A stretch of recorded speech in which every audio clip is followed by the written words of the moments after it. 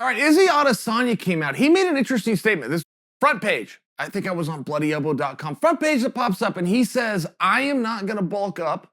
I'm not an idiot like Jon Jones. Now, let's break down what he's saying. He's talking about going up light heavyweight. Now, Adesanya's got on the scale a number of times when he can weigh 185 pounds, and he's got shorts and underwear on, and he's coming in at 183. I mean, this is just what he weighs. I mean, he wakes up in the morning without cutting weight. He's a couple of pounds underweight. So, and many people have talked about this, Daniel Cormier included. Daniel Cormier, who certainly has a right to an opinion when it has to do with winning world championships at 205 pounds and competing with Jon Jones, Daniel Cormier came out and said, look, I think Izzy's the better fighter. I don't think Izzy's big enough to go with Jon Jones right now. That was a statement made a year ago. Adesanya's the same size now as he was then.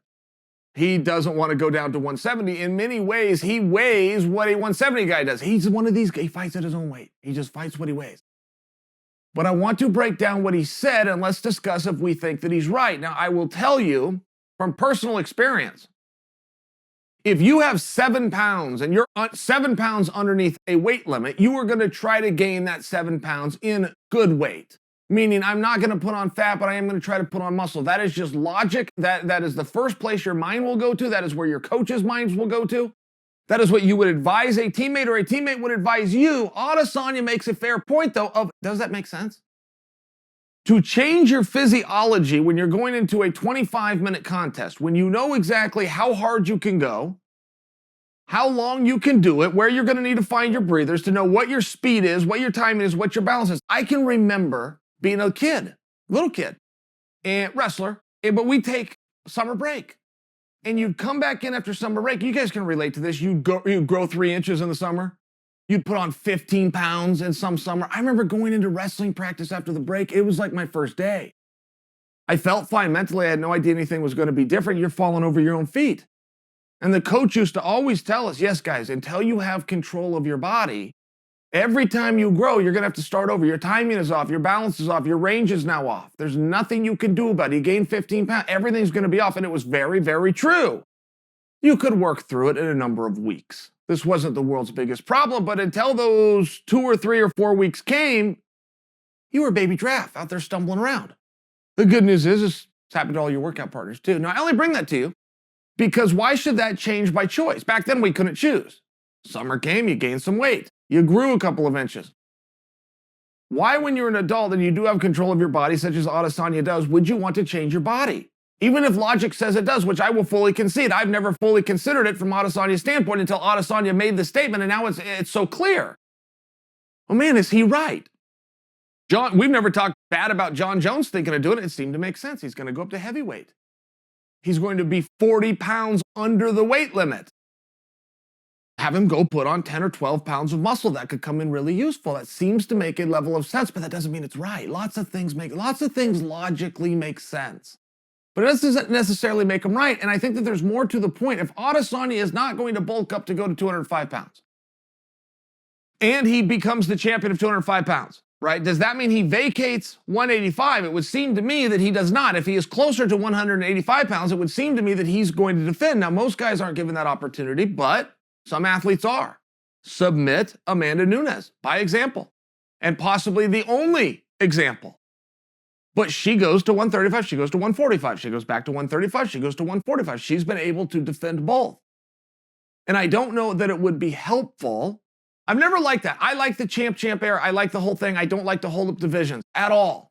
But I don't love the idea of stripping a guy who never lost, who is still licensed and active. Oh, and by the way, can and will make the weight class. So Adesanya, by telling us he doesn't plan to bulk up, is accidentally telling us, or inadvertently telling us, he can still make 185 pounds, and I don't think they should strip him, and I think that's a very real conversation. That's a conversation we should be having, guys, because if we're not having that conversation, he's going to get stripped. And possibly for good reason. Those guys in the locker room at 185 have goals as well. We don't want to hold them up. But part of their goal is to go through the right guy to be recognized rightfully as the champion.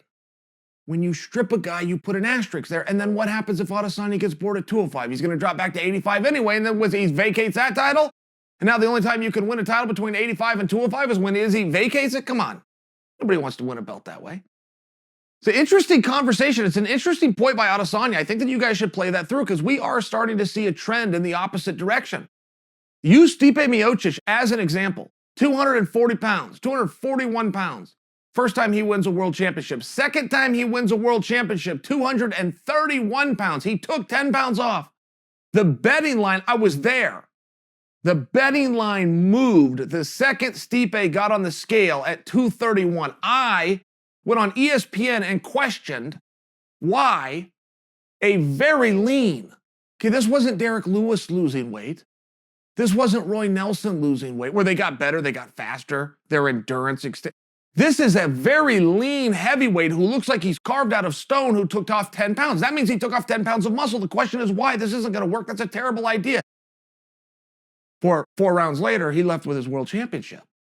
So we are starting to see some guys who are seeing that there has never been a size advantage. It has always been a size disadvantage. From the day that Roy Jones Jr. moved up in boxing to take on Ruiz, and Roy Jones' own father said, don't do it. You are a Volvo and he is a Mack truck. And then Roy goes out and takes Ruiz's title away. We're seeing the smaller guys. I believe every time we have seen a champ dating back to the first one ever, which was Conor McGregor. I think if you wanted to go before that and you wanted to give the acknowledgement even to Randy Couture, but we're seeing guys that started a lower weight and move up to a heavier weight. If you were to juxtapose that with, say, TJ Dillashaw, who started at 135, moved down to 125, it didn't work out.